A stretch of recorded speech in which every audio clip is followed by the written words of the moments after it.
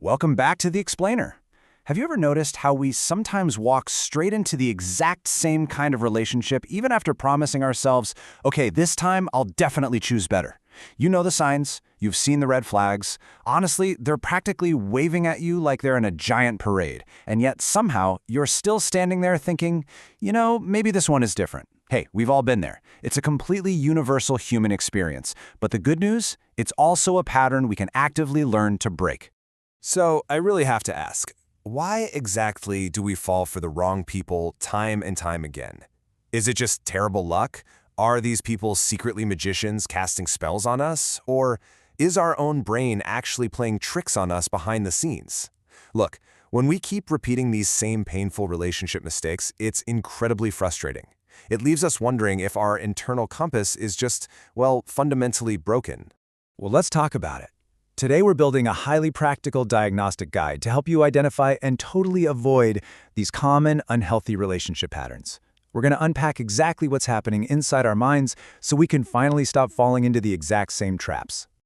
Okay, let's dive into our roadmap for today. First up, confusing chaos with chemistry. Then, familiarity and potential. Third, we'll hit people are not projects. Fourth, the vulnerability traps. And finally, choosing peace over chaos. Let's jump into Chapter 1, confusing chaos with chemistry, or as it's more commonly known, the roller coaster. You meet someone new, your logic completely vanishes, and everything feels like this dizzying, fast-paced movie. We are so conditioned to believe that this volatile, unpredictable ride is what true love is supposed to feel like.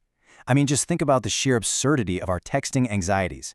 When someone takes 2 hours to reply instead of thinking, oh, they must be busy at work, your mind goes, wow, they are so mysterious. But the person who replies in 2 minutes, instantly, your brain goes, way too available. We literally run headfirst toward chaos and just slap the label of chemistry right on top of it. We desperately need to redefine what a true connection actually is. Real compatibility is calm. It's comfortable. Honestly, it's boring in the absolute best way possible. We so often mistake that beautiful calmness for a lack of spark, but the reality is that calm is the essential foundation of any healthy relationship. If you're always dizzy from riding the roller coaster, you're never actually building a steady foundation on the ground. Moving right along to our second section, familiarity and potential, or as I like to call it, chasing ghosts. Here's the thing, our brains absolutely love recognized patterns.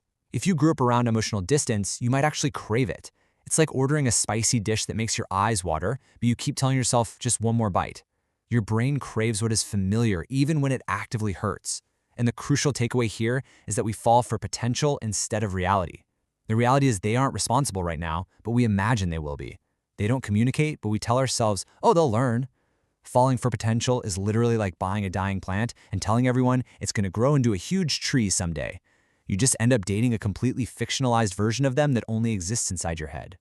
Which leads us perfectly into Section 3, people are not projects, otherwise known as the fixer trap. It is a wildly dangerous mindset to look at someone with deep-rooted issues and genuinely think they just need your love to get better. We trick ourselves into believing our affection is some kind of magic cure-all, and suddenly, without even realizing it, you've unfairly morphed into an unpaid therapist, a life coach, and a 2 a.m. emotional support system all rolled into one exhausted person.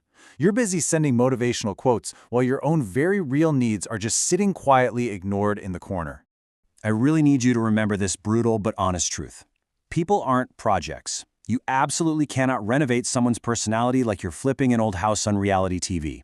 If someone actually needs fixing, they have to do that heavy lifting themselves.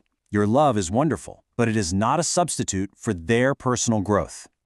Let's transition to Section 4 to examine what's going on inside us, the vulnerability traps.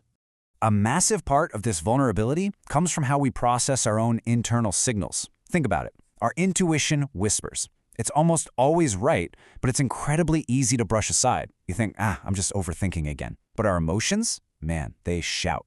They are loud, they are dramatic, and they are very often totally misleading. Most of the time, we listen to that louder voice and completely ignore that tiny, accurate gut feeling. And later on, we always realize we weren't overthinking at all. We were just early. There are 3 major vulnerability factors that constantly trick us: ignoring that gut instinct, settling because we are terrified of being alone, and poor timing while we're still emotionally healing. Jumping into a relationship when you are vulnerable is exactly like going grocery shopping when you are absolutely starving. Suddenly, everything looks so appealing, even the junk food. We grab onto anyone who shows us a little bit of attention because it just feels easier than waiting. But the great irony here? Being with the wrong person actually feels significantly lonelier than being single. At least when you're alone, you don't have to explain to yourself why someone isn't texting you back. And finally, Section 5. Choosing peace over chaos. This is the antidote. Look, everything we've talked about so far might sound a bit heavy, but these relationship missteps are actually a deeply necessary part of your growth. Every single wrong person puts you through this exact critical learning process. Step 1. They show you clearly what you do not want. Step 2. They dramatically sharpen your instincts for the future. And Step 3. They force you to finally value peace over the drama. Slowly, without you even realizing it's happening, your choices begin to change. Your internal compass calibrates directly toward consistency. And then the ultimate payoff happens. One day, someone treats you well, consistently, and instead of your brain falling into that old chaotic trap and thinking, this is boring, a magnificent mindset shift happens. You think, wow, this feels safe.